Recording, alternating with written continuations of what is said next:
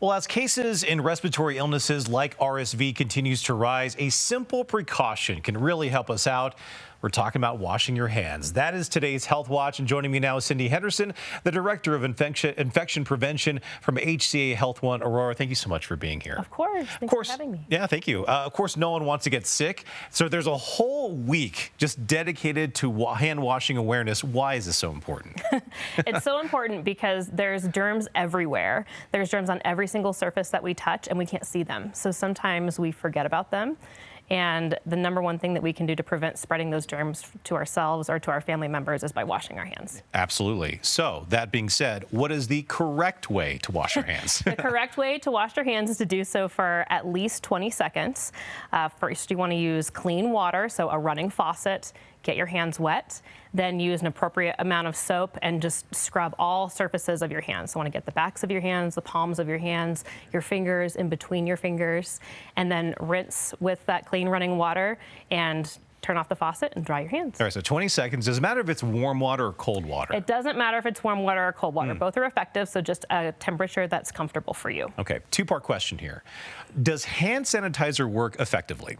It does work effectively. Okay.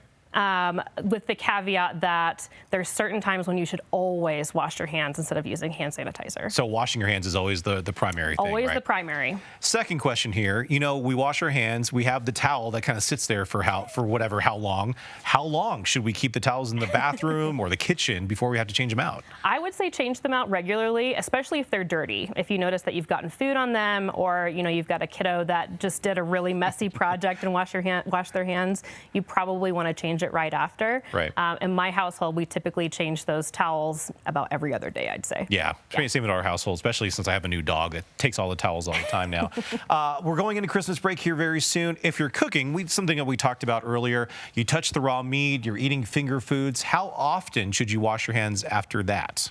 So you should wash your hands very often. I would say we think a lot about washing our hands before we prep the meal, but we might not think about it as much during prepping the meal. So really important to wash after touching raw meat, after cracking eggs, maybe when moving from meat to working on like a vegetable dish, and then always washing your hands after you're done prepping, before you serve the food or before you eat it yourself. Yeah, every time I make breakfast sometimes, like I crack the eggs and I get a little bit of the egg yolk on me, I always wash my hands. I always feel like, is it okay to keep on going? Or, but we should continue to wash our hands, Should continue to wash your hands so you don't spread those germs from those eggs elsewhere in your kitchen. Yeah, and then don't go near your face while you're washing your hands and all that stuff too. Be sure to wipe the counter where you cracked the egg as well. So prevent that cross-contamination too. Yeah, always good advice. Thank you so much. We appreciate you being here. And by the way, you can watch all of our health interviews on our website at cbscolorado.com.